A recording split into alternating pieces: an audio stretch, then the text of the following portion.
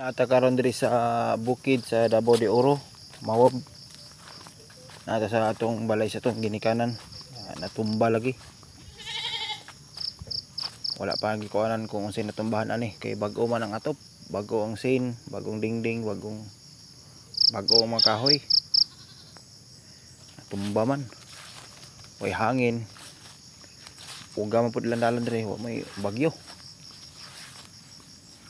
Kay maisulti nyo ani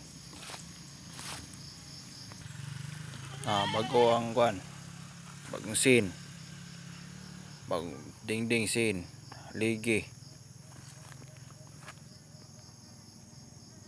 natumba. Yang katingalahan pagid ani, napagila ang katingalahan kay ang ilang lababo, kusina, ang ilang kuan kabali hugasan og plato diri ana dapit diri nakatungtong aning simento. Ya karon tuwa naman sa pikas kalsada. Dito na nagatubang. Naugo na to ilang lababo. Mo ni ilang lababo kabali hugasan. Na diri nagatubang. Na pikas kalsada tabok. Ito ang balay dito. Nabot. Nabot diri sa tabok kalsada.